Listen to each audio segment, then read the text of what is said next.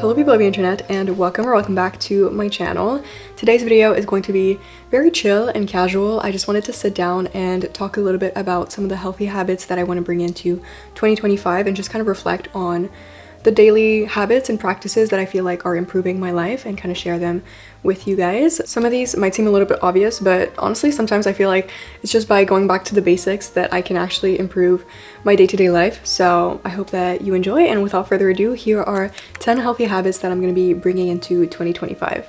Number 1 at the top of my list is to be mindful of the content that you consume throughout your daily routine, and especially first thing in the morning and right before bed. In 2025, I really want to break the habit of going on my phone before bed or right when I wake up.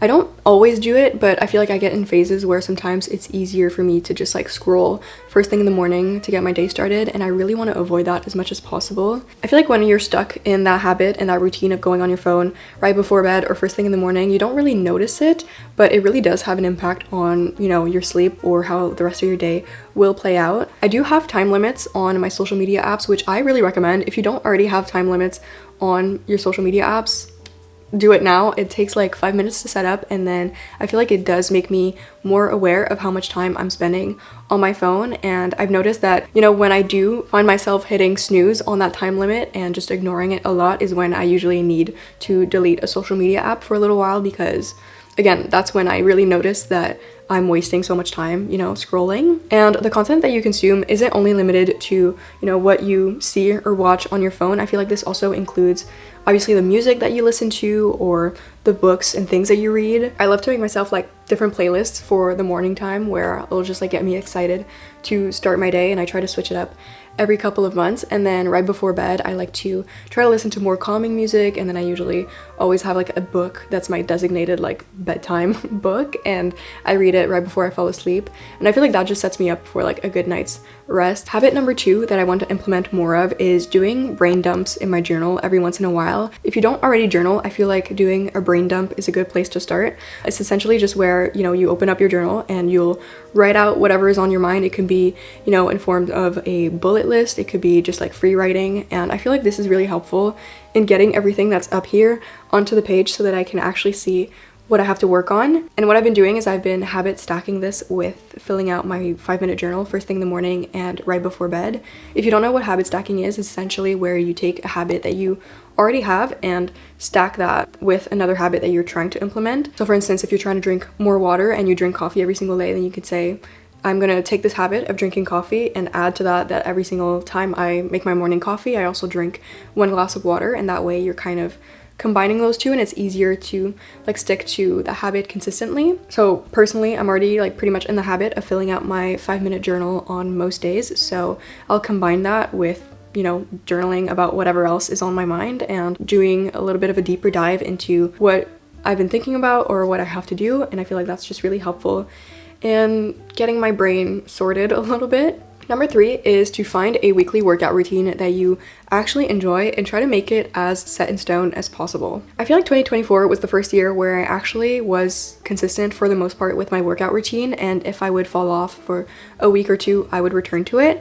And one thing that really helped was scheduling workout classes. I got into this habit of like scheduling them on the same days every week, so I knew that, for example, Fridays I had my Pilates class at 12 and that was set in stone. So that really helped me find a workout routine that I not only really enjoyed, but that I was able to stick to because it was set in stone and it was scheduled. But obviously, if workout classes aren't your thing, there are a lot of different alternatives that you can do to stay consistent with your workout routine. I think finding something that you enjoy is definitely like super important. That way, it feels more accessible and it feels easier. In the book Atomic Habits by James Clear, which is like essentially the holy grail book about habit setting, there's this formula for habit setting that goes, I will behavior at time in location, which saying it out loud is a little bit confusing, but I think it can be a helpful starting point if you're trying to develop like a consistent workout routine, because it kind of forces you to like schedule exactly what you're going to do and where you're going to do it. And again, you can combine this with habit stacking. Habit number 4 is scheduling what I've started to call focus hours into my weekly routine. And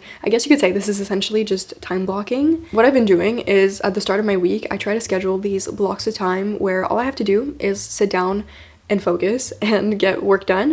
And I really tried to have it like cemented into my schedule, because a lot of the time I look at my to-do list and I can get very easily overwhelmed. I feel like I have all of these things I need to get done, but when I actually break my to-do list down and look at the tasks I have to get done, they're really not that difficult or that time consuming. I just have to get myself in the mindset of sitting down and, you know, not being distracted. So that's why having those scheduled blocks of time in my calendar where I know I can get ahead on those tasks has been super helpful.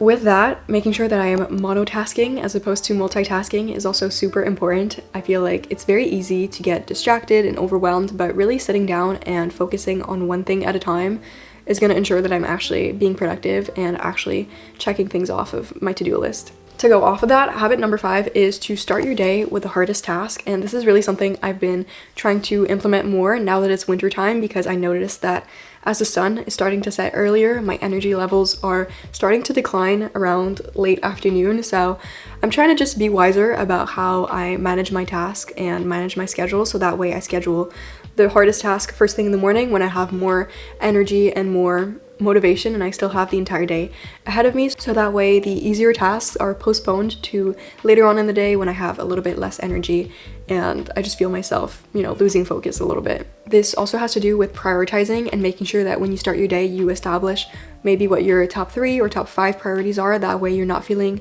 super overwhelmed and you don't get the sense that you have all of these things that you have to get done, but rather you can focus on what actually needs to get done today as opposed to what you can maybe postpone to tomorrow. Habit number 6 is to have a night routine that you actually look forward to. I feel like everyone always talks about your morning routine, and don't get me wrong, it's very important, but your night routine is just as important in helping you prepare for the night ahead and helping you have a consistent sleep schedule. Especially now that the semester is starting soon, it's going to be really important for me to actually have a consistent night routine and a consistent schedule that I can rely on. That way I know I'm getting enough rest and I'm having enough energy to go through my day. But when I don't really have much of a night routine and I'm just used to closing my laptop and going straight to bed, then it's a lot harder for me to actually build that consistent sleep schedule, as opposed to when I have a night routine that I look forward to, where for instance I'll make myself a cup of tea, do my skincare, and read my book right before bed. And then to go off of that, I feel like also easing slowly into your night routine and into getting ready for bed is also super important, as opposed to just going straight from working to sleep. With that, I've also been trying, you know, not to drink caffeine after a certain time. That way I can ease my body into starting to rest and get tired more naturally. Habit number 7 is for everyone who, like me, is trying to drink more water, and that is to carry a water bottle with you everywhere. Now, I already do this, but even then, I feel like sometimes it's hard to remind myself to drink water, or I kind of forget throughout the day. So what I've been doing is I've also been drinking out of this cup more with a straw, and something about drinking out of a straw, I don't know what it is, but it makes me drink more water. So I've just been trying to do that more. And then also the fact that this is a clear bottle, I feel like helps me because I can actually see how much water I'm drinking or not drinking.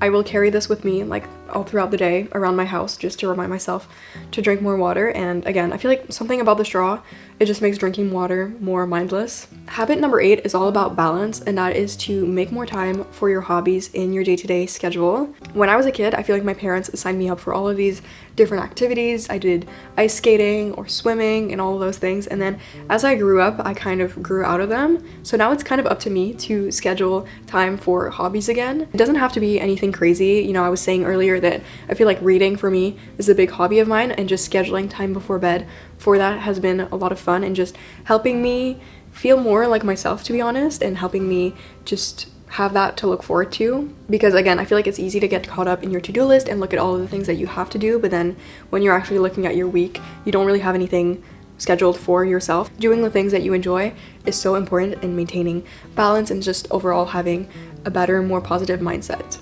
Habit number 9 is a big priority of mine going into 2025, and that is to track my expenses and budget more consistently. I know this at first might not seem like a habit necessarily because it's not something I'm going to be doing and checking in on every single day, but at the very least at the start of every month and hopefully every other week, I would definitely want to sit down and have a look at my finances and just make sure I'm budgeting properly and saving and not spending mindlessly on things that are unnecessary.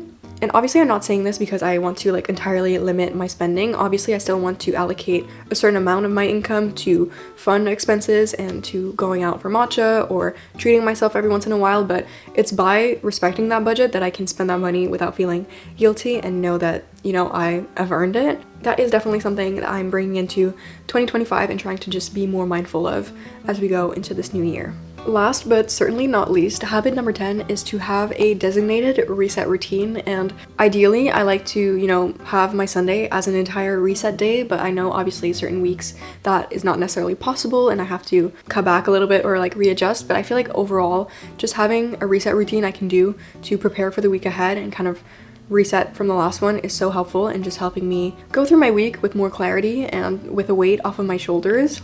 Some things I like to include in my usual reset routine to set myself up for the week ahead are usually to declutter my space. So I like to wash my sheets, maybe like vacuum my room and my house a little bit, and then if I can clean like the bathroom and make sure everything is organized, I feel like that just sets me up for the week ahead and I feel much better having a tidy environment. I also like to meal prep if I can and try to, you know, help myself out by cooking a few things. Obviously, I try to also like catch up on work. If I have any readings for that week, I try to get them done, or if I have like a lot of assignments coming up, I also like to try to schedule out my week and just plan out when I'm gonna do what. I feel like sitting down with my calendar and my journal and just getting organized for the week ahead is so helpful in helping me feel less stressed, less overwhelmed, and then also making sure I'm scheduling time for myself within that chaos. And I also think including like self-care in some way in your reset routine is also super important, whether it be, you know, taking your everything shower or doing a face mask or even just having some time to spend with friends and just relax and not have anything else on your mind. I feel like just going through that little routine and having all those things taken care of just helps me feel like more refreshed and more ready to start a new week. Those are the 10 habits that I am trying to either stay consistent with in 2025 or start implementing and build off of. I wanted to end this video with a few final reminders when it comes to habit setting that I think are important to keep in mind. Number one being that you shouldn't fall into the all or nothing mindset. It's completely normal and in fact much more helpful and realistic to take short, small steps and build off of the habits that you already have to implement new ones. To go off of that, I feel like there's also this big misconception that you have to always be on top of your routine and always be consistent with your habits, but it's in fact completely normal and completely human to be a little less consistent sometimes, to sometimes fall out of your routine. So long as, you know, you take small steps towards getting back to your routine and getting it consistent again, I feel like that is super important. There's also no such thing as waiting for the right time. The right time was like 5 minutes ago. So if you have a new habit you're trying to start, don't feel pressured to wait until it's a new year or wait until it's a new month to start, you know, implementing these routines and these habits. That is where I'm gonna end today's video. I hope that you got some inspiration, and if there are any habits that you're trying to stay consistent with or start implementing this year, feel free to comment them down below. I'd love to hear what you have to say. That being said, I hope you have a lovely rest of your day or night. I wish you nothing but the best in 2025, and I will talk to you in my next video. Bye!